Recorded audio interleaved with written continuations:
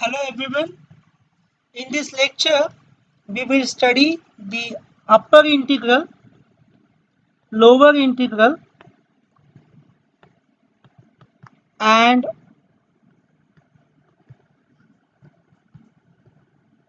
the definition of R integrability and definition of R integrability. Of course, this upper integral and lower integral definition only we will study and a problem based on it. So we will have a problem. We will actually see a problem where we need to calculate. We will be asked to calculate upper integral and lower integral and to check whether the given function is R integrable or not. So let me define what is upper integral. So let f is function from closed interval a comma b to R be a bounded function.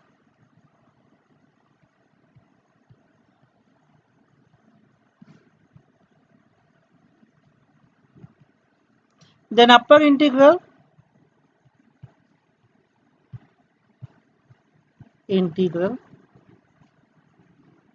is denoted by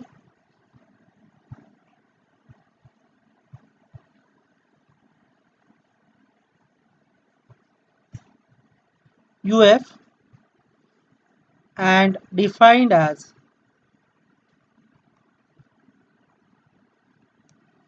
uf is equal to infimum of all UPF such that P is any partition of closed interval a comma b. So we are taking a set of all upper sums with respect to all partition, and of that set the infimum value is called as a upper integral. Let me rewrite that again here. UF is infimum of all UPF such that P is any partition of closed interval a comma b. Now there might be a question in your mind, what is the relation between UPF and UF? One thing should be very clear, this UF is a number because UPF itself is a number, set of all upper sums. We are taking a set where all upper sums are in this set. This set has only all upper sums, and of those upper sums we are finding the infimum, means basically we are finding the lower bound. So UF is a greatest lower bound of this set. When we say it is greatest lower bound, that is infimum, so it is basically one of the lower bound because any infimum has a two property. First property, it should be a lower bound, and among all the lower bound it should be the greatest lower bound. So UF is an infimum of all those UPF. That means it is one of the lower bound. So UF is a lower bound of this set. So it is very clear that UF is less than equal to UPF. This should be noted. Everybody should note this. Now on the similar line, let me define lower integral.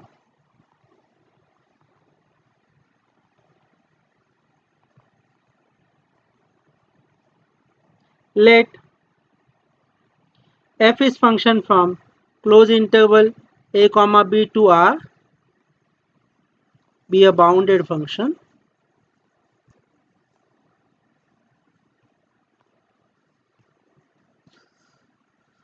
Right. Then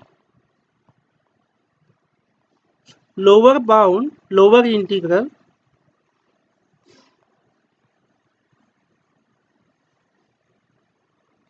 of f is denoted by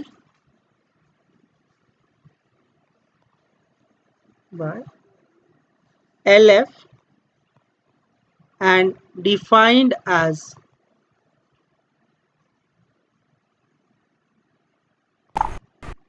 LF is equal to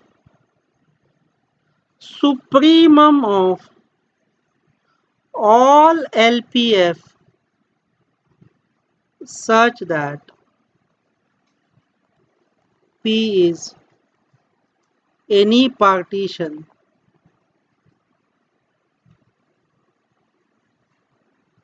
of close interval a comma b, right?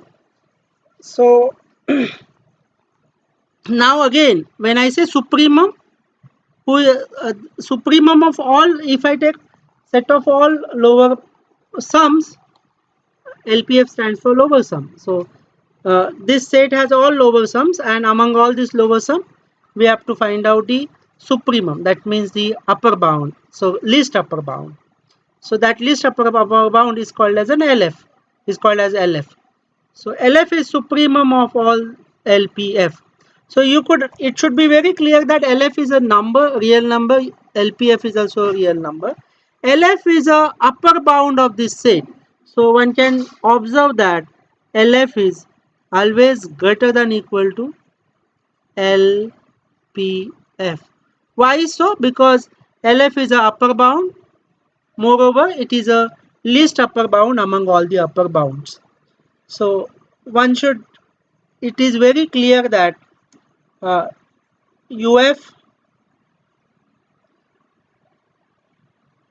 and that UF is always less than equal to UPF and LF is always greater than equal to LPF. Okay. So there is a nice result which we will maybe I will ask in a lecture. Now timing, I will just state that there is a nice relation between LF and UF. You all can guess. So UF is always greater than equal to LF. Right. So this answer, this question, this proof, we will discuss in coming lectures. But I want you all to think on it. This is very clear. In fact, it is trivial. But I want you to geometrically you can easily argue.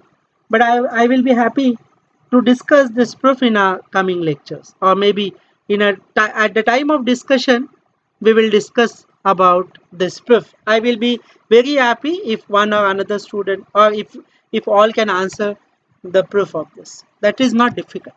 Well, so now definition of R integrability.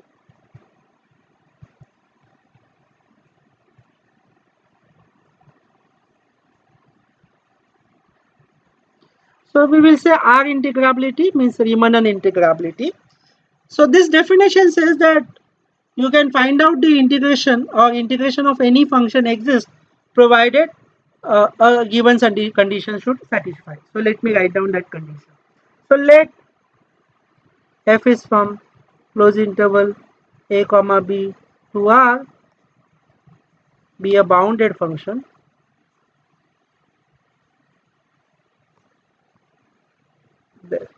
then f is said to be R integrable,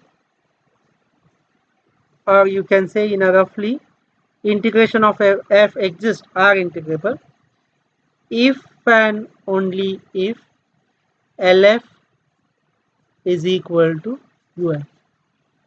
When upper integral and lower integral both are same, then we can straight away say that the function has integration. कोई भी function का अगर integration निकालना है तो उसका upper integral निकालो, lower integral निकालो. If both turns out to be same, implies function has integration. Moreover,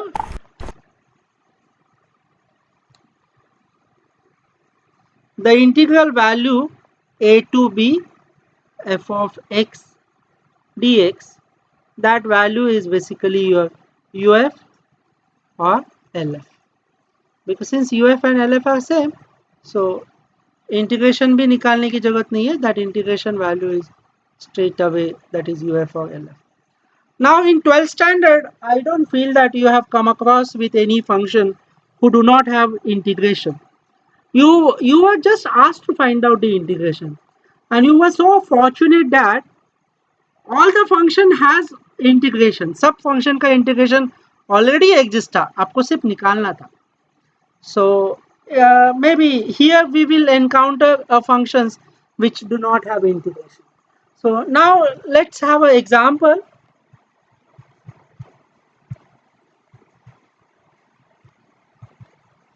That prove that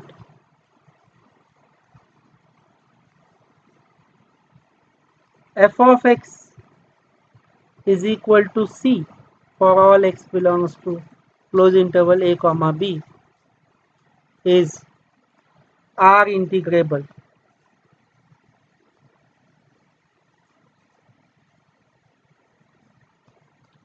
Also find integral a to b f. Right. So integration भी निकालना है. Well, you can see that this f of x is equal to c, where c is a constant. The constant function is R integrable. That is what we have to prove. So to prove that constant function is R integrable, that means we need to find out UF. We need to find out LF, and if LF and UF both turns out to be same, implies that it is R integrable. But you know, to find out UF, I need to find out UPF. To find out the UPF, I should start with any partition, and I should find out the UPF, and then increment up all that UPF similarly on LF. So let me do that now. So, solution. Let P equal to x naught, which is equal to a comma x1 comma x2 comma x3 comma xn equal to b be any partition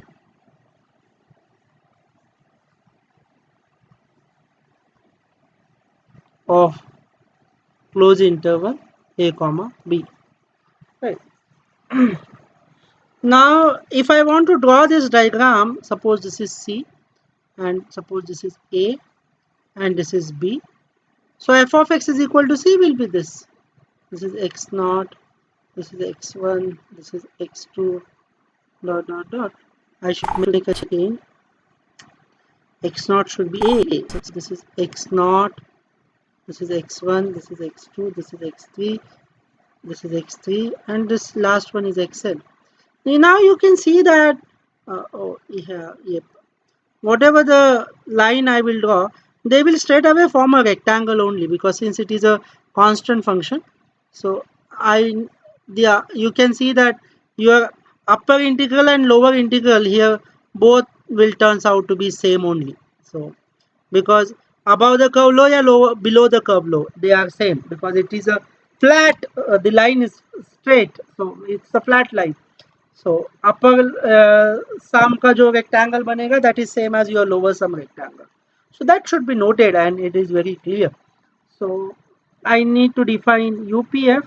So my UPF is equal to summation I goes from 1 to n capital Mi xi minus 1, where my Mi stands for supremum of fx such that x belongs to xi minus 1 comma xi. Bracket complete.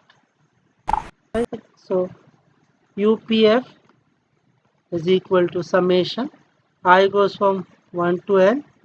Now you can see that the supremum over here is the f of x is equal to c. So c is a maximum value, that supremum value. So Mi is c, and it is constant for all. For each rectangle, the maximum height remains same. So we need not have to worry about it. So it is xi minus 1, which is same as c times, if I expand this, I'll get x1 minus x0 plus x2 minus x1 plus x3 minus x2 plus dot dot dot. The last will be xn minus 1. Now you will observe that this sum, this x1 will get cancelled with this minus x1. This x2 will get cancelled with minus x2. Similarly, this xn minus 1 will get cancelled with here. There is a xn minus 1 minus, so xn minus 2 with xn minus 1. So this will get cancelled. So somewhere so on and so forth. So the all terms will get cancelled except this and this. So this sum is c times minus x naught plus xn, which is same as c times xn minus x naught, which is same as c times x naught is my, xn is my b, and x naught is a because of partition. So UPF is c times b minus a. Now if I write down UF is equal to infimum of all UPF such that P is any partition of closed interval a comma b. Now since if you remember that very initially I said that P is any partition.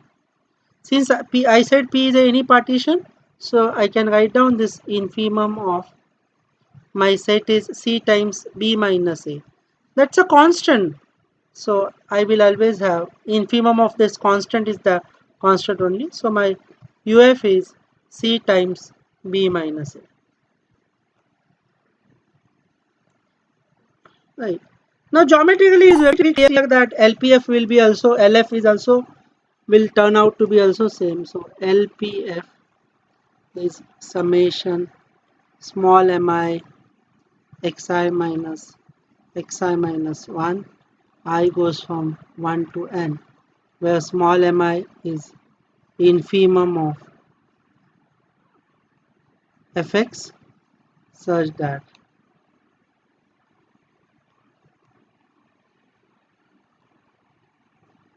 x belongs to xi minus 1 comma xi.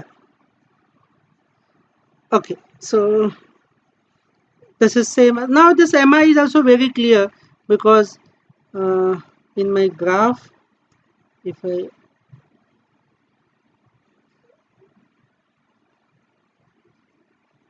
where is my graph? Yeah, you can see that for the lower integral also the infimum is also again occurs at c only, means f at c only.